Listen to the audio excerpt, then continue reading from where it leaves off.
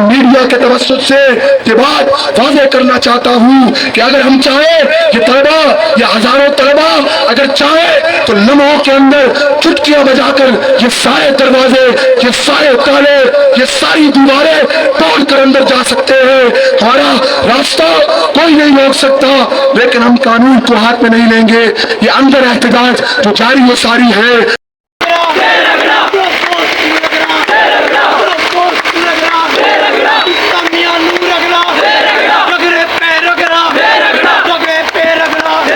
کی صورتحال یہ ہے کہ آپریشن کرنے کے بعد ہم لوگوں نے جامعہ کے اندر ایک پرامن آئینی جمہوری حقوق کا استعمال کرتے ہوئے ایک احتجاج کا اعلان کیا، ایک دھرنے پر بیٹھ گئے. ہمارے ساتھی سینکڑوں کی تعداد میں اب بھی ہاسٹل کے اندر موجود ہیں، ہاسٹل کے میدانوں میں بیٹھے ہیں تلملاتی گرمیوں میں، جبکہ کمرے 2 قدم کے فاصلے پر ہیں، لیکن قانون کو ہاتھ میں نہیں لیتے، وہاں پر موجود ہیں، احتجاج ریکارڈ کرا رہے ہیں.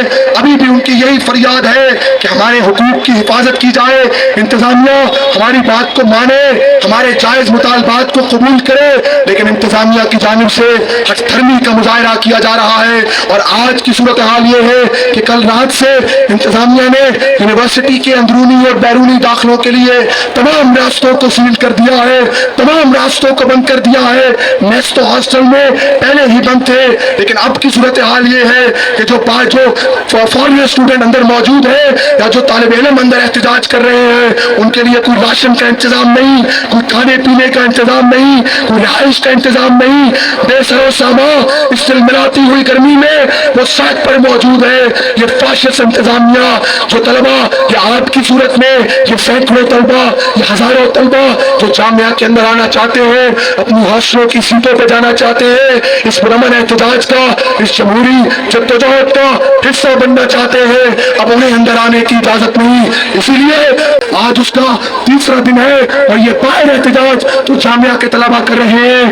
چین کے اپنا حق لیں گے، انتظامیہ سے اپنا حق لیں گے، ڈی سی سے اپنا حق لیں گے، پرووسٹ سے اپنا حق لیں گے، انتظامیہ سے اپنا حق لیں گے، اب طلبا اپنا حق لیں گے، ہم چین کے اپنا حق لیں گے، ہم ریڈ کے اپنا حق لیں گے، ہم ریڈ کے اپنا حق لیں گے، طلبا اپنا حق لیں گے، اب طلبا اپنا حق لیں گے. نعرہ تکبیر، اللہ اکبر.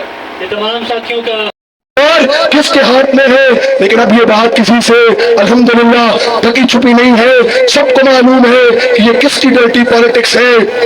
بہرحال جب ہماری بات کو نہیں سنا گیا، ہماری کوئی سنوائی نہیں ہوئی، تو ہم لوگ پھر اعلیٰ عدلیہ کے پاس گئے. اسلام آباد ہائی کورٹ نے نہ صرف ہماری بات سنی بلکہ انتظامیہ کو خبردار کیا کہ اگر تم اپنے ان اونچے ہتھ کنڈوں سے باز نہ آئے تو تمہارے خلاف کارروائی عمل میں لائی جائے گی. اور ایک ریٹن نوٹس کے نتیجے میں یہ حکم دیا گیا کہ فل فور 29 اگست سے ہاسٹل کو کھولا جائے، طلبا کو ان کے رومز کی ایکسیس دی جائے اور تمہارے اپنے ہی جو رولز اینڈ ریگولیشن ہے ان کے مطابق رینیول کا آغاز کیا جائے.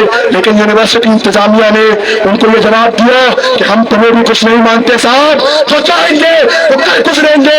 اور انہوں نے اس کے برخلاف ایک آپریشن لانچ کر دیا اور کروڑوں روپے مالیت کا طلبا کا قیمتی سامان، اس میں لیپ ٹاپ بھی تھے، اس میں موبائلز بھی تھے، اس میں ڈگریاں بھی تھی، اس میں کپڑے بھی تھے، اس میں جوتے بھی تھے، اس میں کتابیں بھی تھی. بلکہ یہاں تک صورتحال ہے، اب آپ سب کے سامنے ہے، باتیں ڈھکی چھپی نہیں ہے. میں یہ بات واضح کرنا چاہتا ہوں کہ یہ اتنے بے حس ہو چکے ہیں، یہ اتنے بے غیرت ہو چکے ہیں کہ قرآن مجید کے نسخے کہ جو لوگوں کی الماریوں میں سجے ہوئے پڑے ہوئے تھے، ان قرآن مجید کے نسخوں کو بھی ڈوریوں میں بند کر کے میس کی زمین پر پھینک دیا گیا ہے. یہ کون لوگ ہیں؟ یہ کیسے لوگ ہیں؟ یہ کیسے لوگ ہیں کہ نہ انہیں کسی طالب علم کا پاس ہے، نہ کسی قانون کا پاس ہے، نہ کسی دین کا پاس ہے، نہ کسی خدا کا پاس ہے. یہ اپنے اندر خدا بن بیٹھے ہیں، یہ اپنے اندر فرعون بن بیٹھے ہیں. لیکن فرعون جتنا بڑا فرعون ہو جائے، ایک غلطی جو ہو کر بیٹھتا ہے، ایک غلطی جو اس سے ہو جایا کرتی ہے، وہ غلطی یہ ہے کہ وہ بھول جاتا ہے کہ اگر رب العالمین نے اس کو فرعون بننے دیا ہے تو اس کے مقابلے کے لیے موسیٰ بھی رب العالمین کی جانب سے آتا ہے. اور وہ موسیٰ آپ ہیں، موسیٰ جامعہ کے طلبہ ہیں.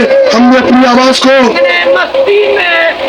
حکمت ملنگ کو کیوں رگڑا، پلسر رگڑا، فکر رگڑا،